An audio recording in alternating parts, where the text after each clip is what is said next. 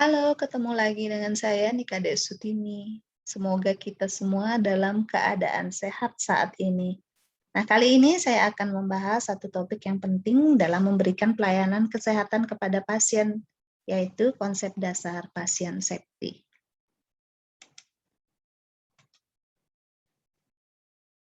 Sebuah realisasi yang ada menunjukkan bahwa terlepas dari semua kekuatan pengobatan modern yang diketahui untuk menyembuhkan dan memperbaiki penyakit pasien, pelayanan kesehatan salah satunya di sini contohnya adalah rumah sakit adalah tempat yang sebenarnya tidak aman untuk proses penyembuhan pasien. Sebaliknya, rumah sakit adalah tempat yang penuh dengan risiko dan membahayakan pasien itu sendiri. Rumah sakit sebagai instansi pelayanan kesehatan yang berhubungan langsung dengan pasien harus mengutamakan pelayanan kesehatan yang aman, bermutu, dan anti diskriminasi. Nah, serta efektif dengan mengutamakan kepentingan pasien sesuai dengan standar pelayanan di rumah sakit. Nah, keselamatan pasien merupakan hak pasien. Pasien berhak memperoleh keamanan dan keselamatan dirinya selama masa perawatan di rumah sakit. Undang-Undang Nomor 36 Tahun 2009 Pasal 53 tentang kesehatan menyatakan bahwa pelayanan kesehatan harus mendahulukan nyawa pasien. Jadi keselamatan pasien telah menjadi prioritas dalam pemberian pelayanan kesehatan. Nah, tidak hanya secara nasional di Indonesia, namun global di seluruh dunia. Sehingga manajemen pasien safety sangat diperlukan sebagai suatu kebijakan atau pengaturan yang dilakukan oleh sebuah penyedia layanan kesehatan demi terciptanya keselamatan pasien. Tanpa adanya manajemen pasien safety, terkadang keselamatan pasien belum menjadi hal yang diutamakan. Kenapa demikian? Karena setiap petugas kesehatan seolah-olah terjebak pada rutinitas kerja yang bersifat monoton. Nah, sehingga kepekaan mereka terhadap pentingnya keselamatan jiwa manusia, konteksnya di sini adalah pasien, belum sepenuhnya dimiliki. Maka pasien safety seharusnya menjadi fokus utama seorang petugas medis atau petugas kesehatan dalam rangka meningkatkan mutu pelayanan kesehatan. Nah, hal inilah yang menjadi alasan saat ini kenapa pasien safety telah menjadi disiplin ilmu tersendiri yang bersifat lengkap dengan pengetahuan dan keahlian terpadu yang secara dramatis mampu meningkatkan kemampuan terapeutik dalam pengobatan pasien. Seperti yang telah kita ketahui bersama, perawat bertindak sebagai salah satu tenaga kesehatan yang mempunyai waktu kontak dengan pasien lebih lama dibandingkan dengan tenaga kesehatan lainnya, sehingga memungkinkan terjadinya medical error pada pasien lebih tinggi dilakukan oleh perawat tersebut. Nah, mengingat hal tersebut, maka sangatlah penting bagi seorang perawat memahami tentang konsep pasien safety, sehingga pada saat melakukan asuhan keperawatan, mulai dari pengkajian, penetapan diagnosa keperawatan, merumuskan atau merencanakan tindakan keperawatan, melakukan intervensi, dan melakukan evaluasi keperawatan, tidak terjadi medical error. Nah, setelah pemaparan materi kita kali ini, diharapkan kita nanti mampu, satu, menjelaskan pengertian dari pasien safety. Dua, mampu menjelaskan tujuan pasien safety. Yang ketiga, mampu menjelaskan urgensi dari pelaksanaan pasien safety. Nah, berdasarkan tujuan tersebut, maka mari kita bahas satu persatu dan mari kita simak pemaparan materi berikut ini. Untuk mencapai tujuan yang pertama, apa sih definisi dari pasien safety? Oke, beberapa ahli telah menyampaikan definisi tentang pasien safety atau keselamatan pasien itu sendiri. Nah, berikut ada dua ahli yang dikutip. Yang pertama, Vincent tahun 2008 menyatakan bahwa pasien safety atau keselamatan pasien didefinisikan sebagai penghindaran pencegahan dan perbaikan dari hasil tindakan yang buruk atau injury yang berasal dari proses perawatan kesehatan. Sedangkan ahli lainnya, Supari tahun 25, menyatakan definisi dari pasien safety adalah bebas dari cedera aksidental atau menghindarkan cedera pada pasien akibat perawatan medis dan kesalahan pengobatan.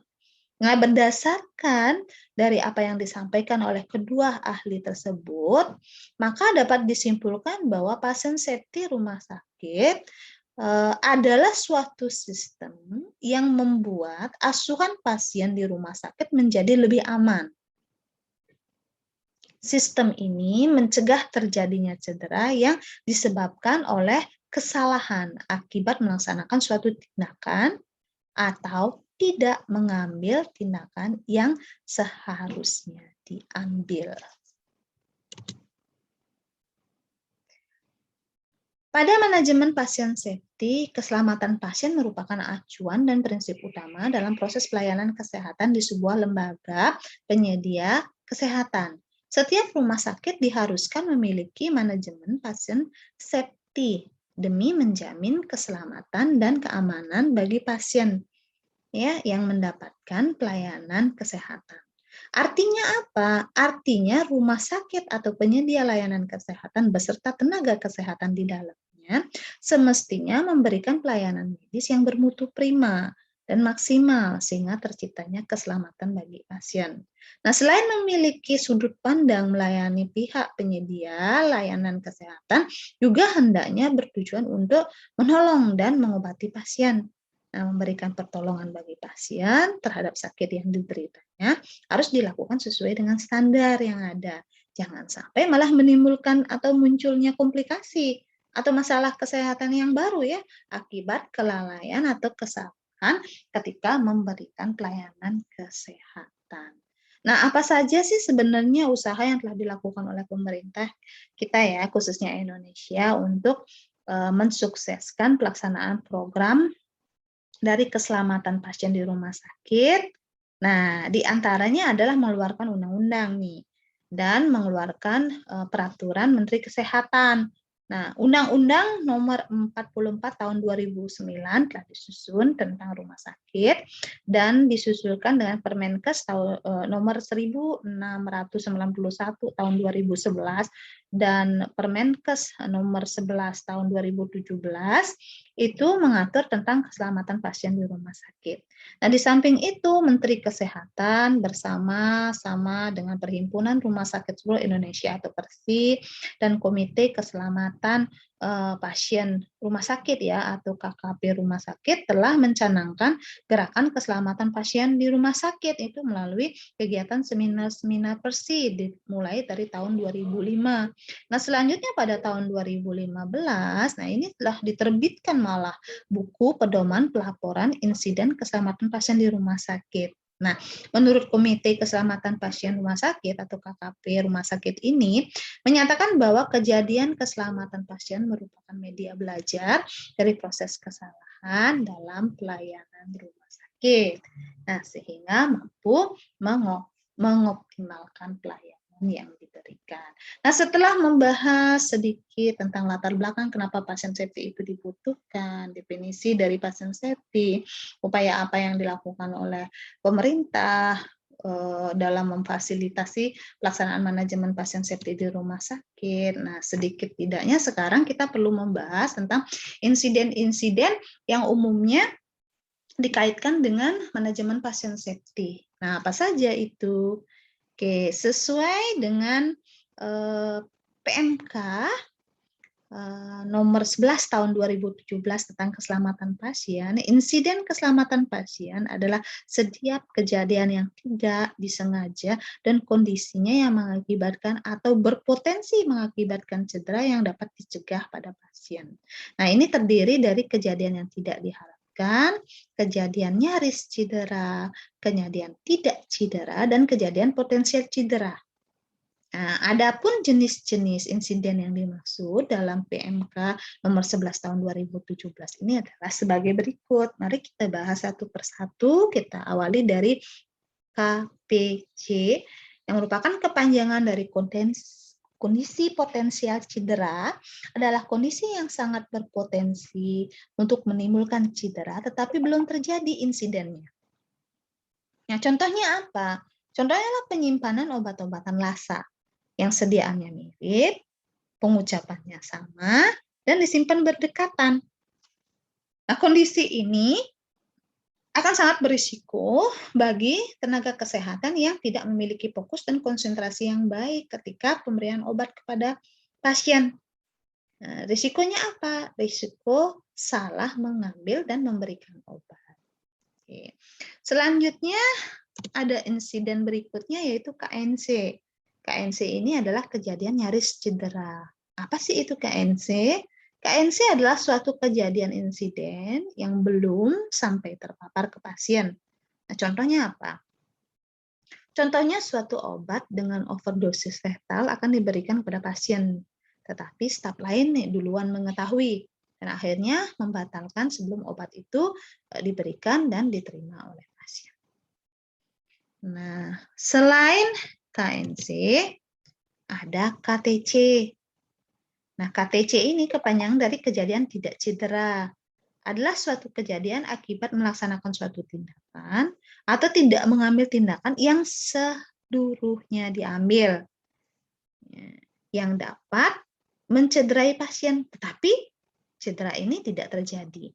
Nah, kenapa bisa tidak terjadi cedera? Ada dua kondisi, karena faktor keberuntungan dan faktor peringatan. Nah, faktor keberuntungan misalnya pasien yang menerima suatu obat kontraindikasi, yang udah dikonsumsi, tetapi setelah dikonsumsi tidak menimbulkan suatu reaksi obat yang berlebihan di pasien.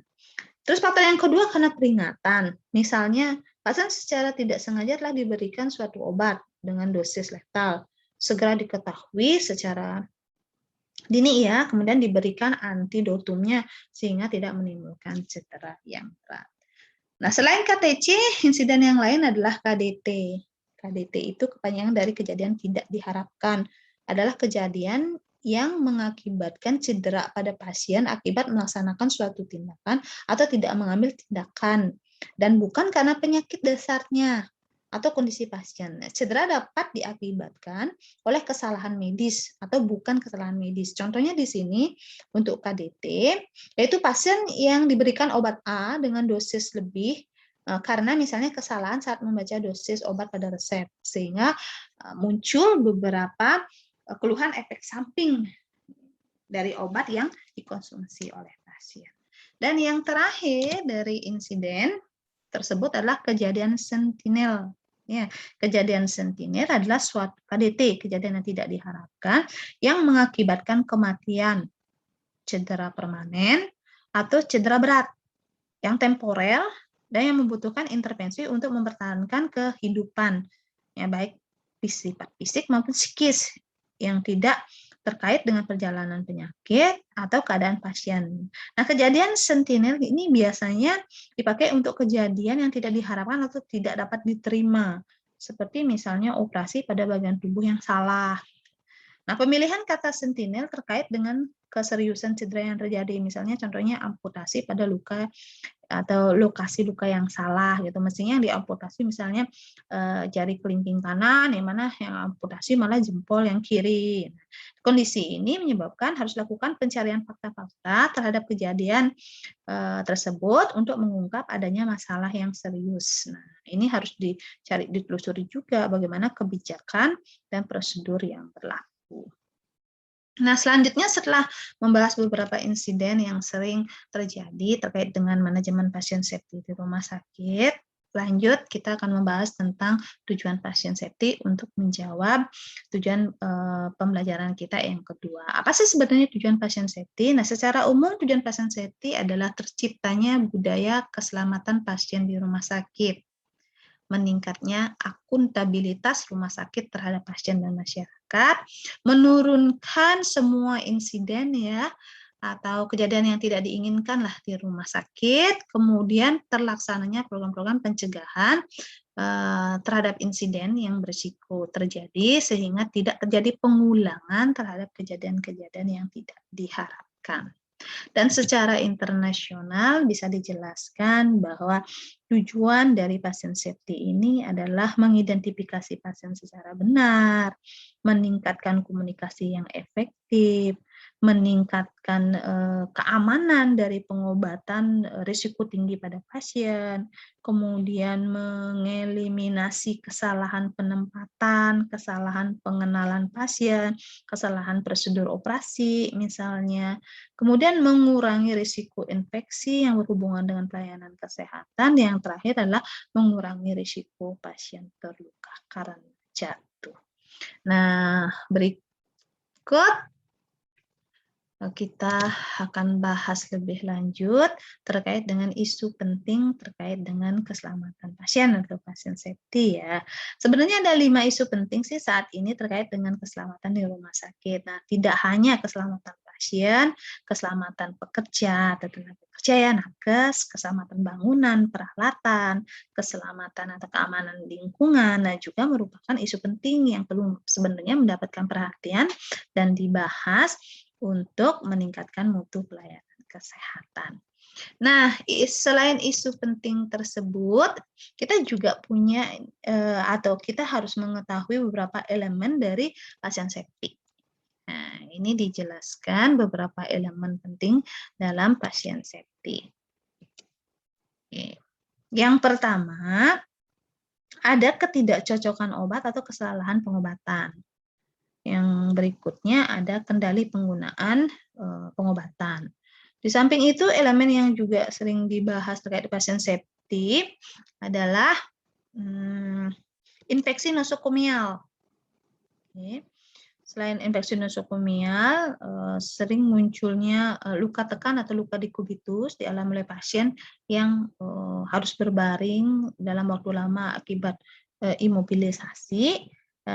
Elemen penting yang lainnya juga terkait keamanan produk darah, kemudian ada resistensi terhadap antimikroba, kemudian program imunisasi, kemudian jatuh dan aliran darah atau perawatan kateter dari pembuluh darah. Selanjutnya apa sih penyebab dari munculnya beberapa masalah-masalah tersebut? Jadi most common root causes of error. Jadi akar penyebab kesalahan yang paling umum itu disampaikan karena pertama masalah komunikasi. Kurangnya komunikasi ya, arus informasi yang tidak memadai, human error atau masalah dari SDM atau manusianya itu sendiri ya sebagai penyelenggara pelayanan kesehatan, kemudian isu berkenaan dengan pasien, organisasi transfer pengetahuan yang buruk, atau pola atau alur kerja dari staf yang tidak konsisten atau tidak sesuai dengan standar, kesalahan teknis, kemudian lemahnya kebijakan dan prosedur yang tidak memadai, itu merupakan beberapa penyebab munculnya kesalahan-kesalahan dalam pemberian asuhan keperawatan.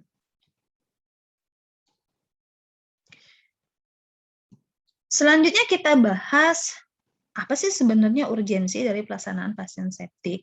Tujuan utama rumah sakit adalah merawat pasien yang sakit dengan tujuan agar pasien segera sembuh dari sakitnya dan kembali sedia kala. Nah, sehingga tidak dapat ditoleransi lagi bila dalam perawatan di rumah sakit pasien menjadi lebih menderita akibat terjadinya risiko yang sebenarnya dapat dicegah. Dengan kata lain, pasien harus dijaga keselamatannya dari akibat yang timbul karena error. Nah, bila program keselamatan pasien tidak dilakukan, ya tentunya akan berdampak pada terjadinya tuntutan. Nah, sehingga meningkatkan biaya urusan hukum, menurunkan efisiensi, dan mutu pelayanan kesehatan yang diberikan. Nah, setelah diketahui seputar pasien safety, definisi, tujuan, isu, elemen, insiden dalam pasien safety, harapannya seluruh tenaga kesehatan mampu memahami pentingnya manajemen pasien safety. Sebab tindakan pengaturan dengan tujuan keselamatan pasien ini adalah langkah terbaik bagi semua pihak, baik bagi pasien, dokter, perawat, rumah sakit, maupun tenaga kesehatan lainnya, serta seluruh pihak yang terlibat dalam proses pelayanan kesehatan. Nah, signifikansi manajemen pasien safety ini pula yang seharusnya diterapkan oleh seluruh elemen dalam penyedia layanan kesehatan, dimulai dari konteks individu hingga konteks organisasi. Jika telah dilakukan manajemen pasien safety, maka pasien akan mendapatkan mutu pelayanan yang maksimal. Sebab pihak penyedia layanan kesehatan sudah menyiapkan segala macam risiko atas terjadinya insiden-insiden atau kejadian yang tidak diharapkan. Nah, sementara itu tenaga kesehatan dalam sebuah lembaga penyedia kesehatan, rumah sakit di sini misalnya, semestinya mengetahui apa itu manajemen pasien safety. Apa manfaat utama dari manajemen pasien safety. Nah, artinya apa? Artinya manajemen pasien safety dan seluruh praktiknya termasuk pelaporan KDT bukan bertujuan untuk mencari siapa sih yang salah, namun bagaimana rumah sakit dan seluruh elemen di dalamnya melihat seluruh praktek pasien safety semata-mata bertujuan untuk mewujudkan budaya keselamatan. Nah, demikian beberapa hal yang bisa saya sampaikan terkait dengan konsep dasar pasien safety pada pertemuan kali ini. Berikut adalah sumber yang dipakai ya, referensi dalam pembahasan materi kita, dan teman-teman tentunya bisa mencari sumber informasi yang lain untuk menambah pengetahuan dan pemahaman terkait dengan manajemen pasien safety.